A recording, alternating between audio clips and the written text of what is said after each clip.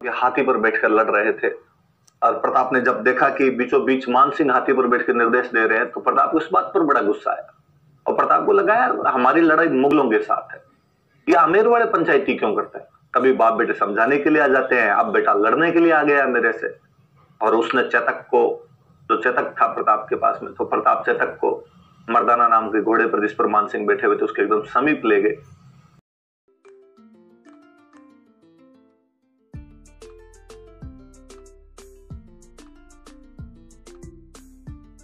अफगानों की सेना लेकर आए हुए थे हाकिम खान सूर और भीलों की एक सेना लेकर आए हुए थे राणा पुंजा।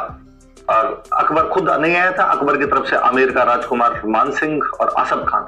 मानसिंह को पहली बार इसी युद्ध में सेनापति बनाया गया था। इससे पहले मानसिंह को किसी युद्ध में स्वतंत्र सेनापति नहीं बनाया गया था।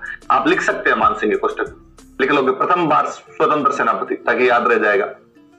First time independent commander in chief.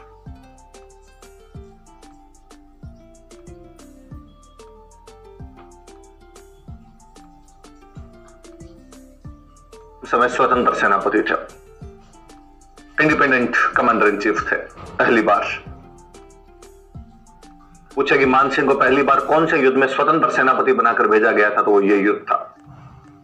कहते हैं भाई युद्ध शुरू होता है और युद्ध के शुरू के अंदर ही जो मेवाड़ की सेना थी वो मुगलों की दुर्गति करके रख देती है। बदायूनी जो कि इस युद्ध के अंदर खुद उपस्थित था, वो कहता है बनास नदी के किनारे किनारे हम मीलों भागे थे। वो कहता है कि मेवाड़ की अग्रिम पंक्ति ने हमारा सब कुछ तोड़ के रख दिया था।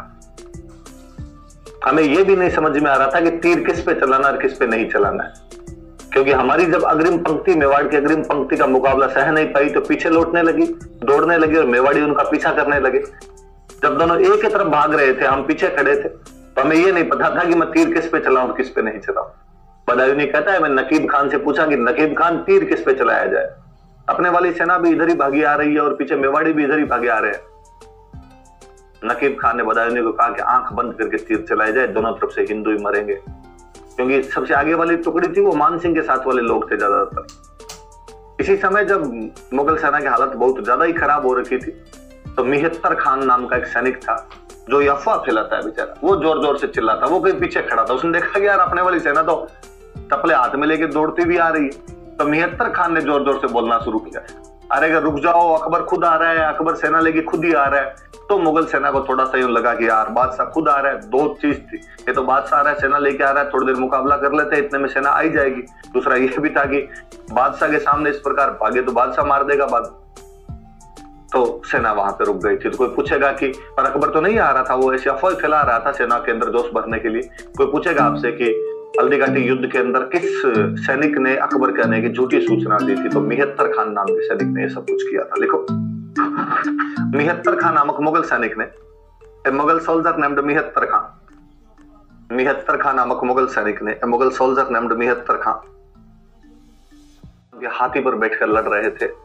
और प्रताप ने जब देखा कि बीचों बीच मानसिंह हाथी पर बैठकर निर्देश दे रहे हैं, तो प्रताप को इस बात पर बड़ा गुस्सा आया और प्रताप को लगा यार हमारी लड़ाई मुगलों के साथ है, ये आमेर वाले पंचायती क्यों करते हैं। कभी बाप बेटे समझाने के लिए आ जाते हैं, अब बेटा लड़ने के लिए आ गया मेरे से। और उसने चेतक को, जो चेतक था प्रताप के पास में, तो प्रताप चेतक को मर्दाना नाम के घोड़े पर जिस पर मानसिंह बैठे हुए थे उसके एकदम समीप ले गए। चेतक बड़ा समझदार घोड़ा था, कहते उसने अपने अगले दोनों पैर हाथी की सूंड पर लगा दिए थे।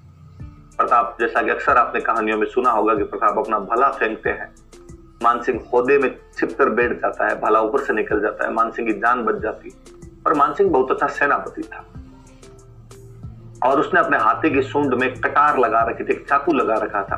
चेतक जब अपने अगले पैर दोनों उतार रहा होता है वापस, तब उसके अगले दोनों पैर कट जाते हैं। उस कटार से उसके पैर कट गए थे। अब चेतक मूव नहीं कर पा रहा था ढंग से। प्रताप ने देखा कि यार घोड़ा चल क्यों नहीं पा रहा, और उन्होंने देखा कि घोड़े के पैर लहूलुहान हो गए। तब प्रताप अपने घोड़े को लेकर बाहर निकलते हैं। अक्सर मेवाड़ के अंदर जब भी राजा जो था वो किसी भी कारणवश यदि युद्ध के मैदान से बाहर निकलता तो उसकी जगह कोई ना कोई सादड़ी का झाला युद्ध लड़ा करता था। हमने पढ़ा था कि खानवा युद्ध में जब सांगा घायल होने के बाद बाहर निकले थे तो उनकी जगह सादड़ी के झाला अज्जा ने युद्ध का नेतृत्व किया था। ठीक इसी समय जब प्रताप चेतक के घायल होने की वजह से युद्ध से बाहर निकलते हैं, तब सादड़ी के थे झाला मान, या उन्हें हम झाला बिदा के नाम से भी जानते हैं, वो युद्ध का नेतृत्व करते हैं।